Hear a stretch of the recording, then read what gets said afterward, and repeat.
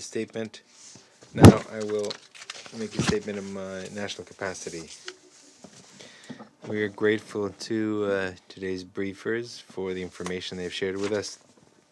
We are encouraged that the political agreement on peace and reconciliation in the car from the 6th of February 2019 is working. It has already led to an overall drop in the level of armed violence in the country. At the same time, we are concerned that certain armed groups are not fulfilling the obligations they have signed on to, which significantly complicates the process of national reconciliation and leads to worsening of an already complex humanitarian situation. All parties should adhere to the provisions of the political agreement and refrain from undermining the political situation in the country.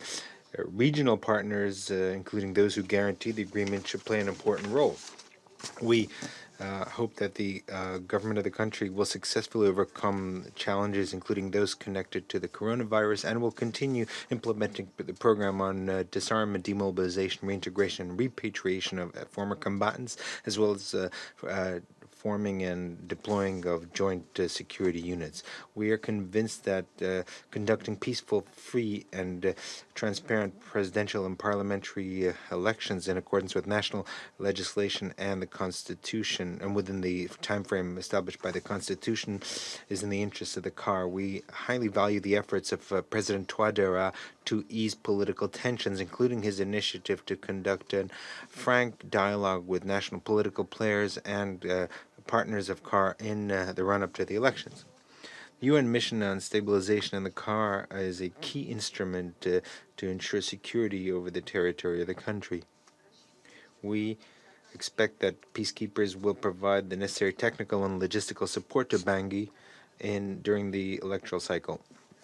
Russia, at the request of the government of the CAR, is providing assistance in enhancing the battle readiness and professional training of the national security forces.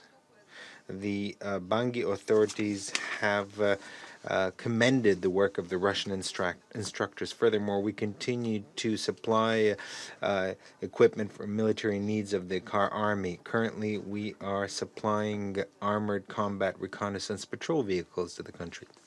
At the same time, we believe that a strict sanctions regime is not allowing the CAR to effectively enhance the capacity of their security forces and to combat crime. The Security Council must ensure that sanctions are aligned with the political context and are not an obstacle to resolving the conflict. Furthermore, we believe that it's very important to pay careful attention to the initiatives of Bangui, including their request for delisting, which will make it possible to enhance cooperation of the CAR with the 21-27 Sanctions Committee.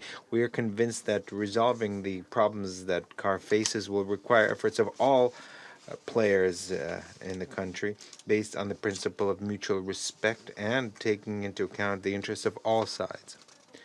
We will continue to closely monitor and support the peace forces in CAR, working in coordination with the government of the country, the African Union, and the international partners of the CAR, and also in the framework of the UN and its Security Council.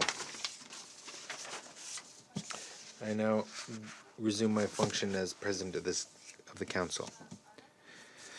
There are no more names inscribed on the list of speakers. I will now